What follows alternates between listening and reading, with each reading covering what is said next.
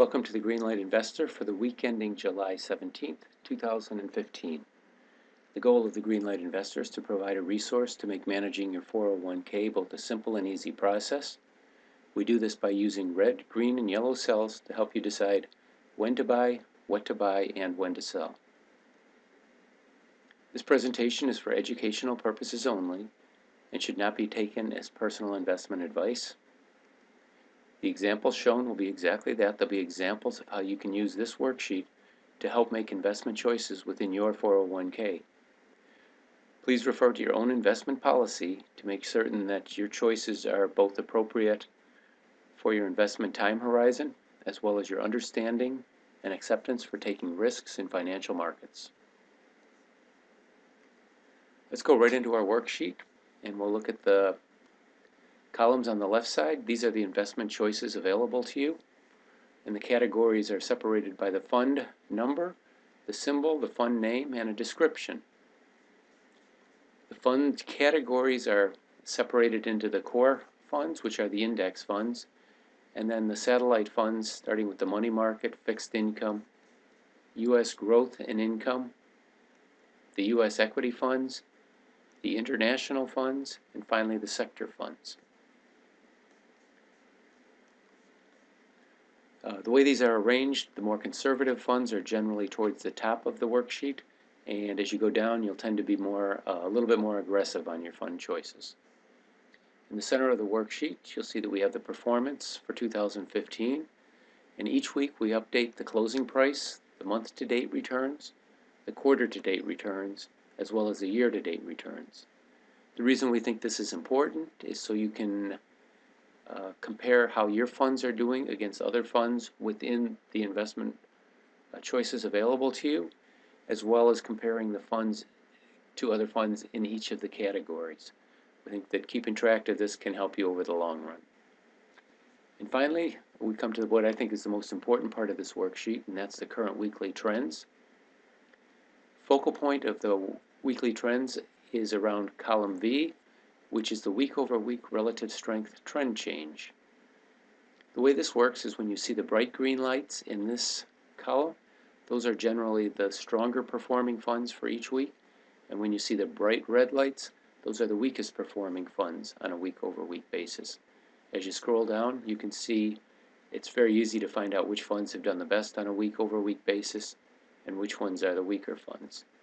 When you look at the entire category, if it's tending to be a little bit red, that whole category has underperformed, and when you see the green, those are generally stronger performing categories.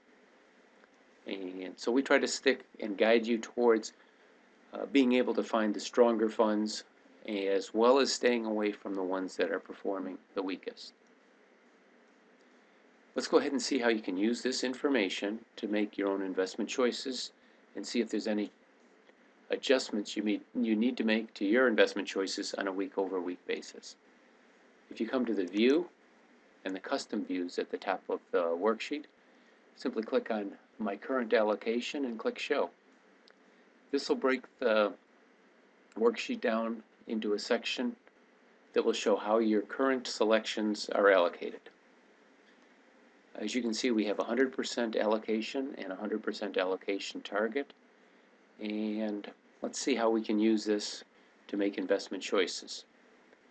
If you slide the slider over, you can slide to any of these columns, but the most important that you're going to use to make your investment choices are the long-term trend, which is column U, the week-over-week trend, which is column V, and we'll look at the week-over-week score and direction of each of the funds, and that's in column W. What we're looking for is a green light in the long-term trend, also followed by a green light in the column W, which is the week-over-week trends. That's important to keep track of that. Let's see how we're doing. We have a 10% allocation to the fund, and that's showing a green light and a green light. So there's nothing to do in that fund. Next, let's scroll down, and we see in the money market we have a strong allocation, 55%, because with all the red lights that have appeared, we've moved a lot of our cash over to the money market while we're waiting.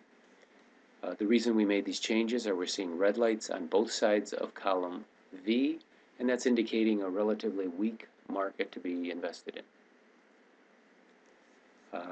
We'll scroll down to the U.S. growth and income, where we have, again, a 0% allocation, which has been moved over to the money market funds.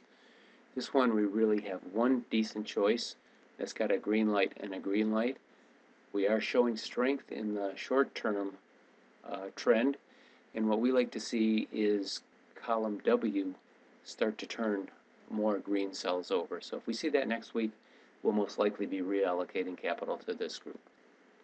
Next, we'll see that our U.S. equity funds have a 30% allocation. 20% is invested. So let's scroll down and see if there's anything we need to do. We're seeing green lights starting to appear in the short term, and a lot of the red lights that were red last week are starting to turn green. With the 20% allocation, I'm very comfortable waiting. If we see 2 weeks of green lights, we'll again reallocate that last 10% back to the U.S. equity funds. The international funds, we have a 30% target allocation, and we've moved 30% of the capital from the international funds back over to the money market. Let's scroll down and see if there's anything that we need to do.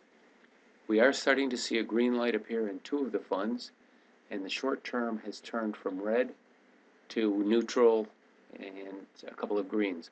So again, the situation that we're in with the international funds is we'd like to see one more green light and a positive check mark in there. I'd like to see 2 weeks of strength before we make a capital commitment. And finally, let's see what we're doing down at the bottom in our sector funds.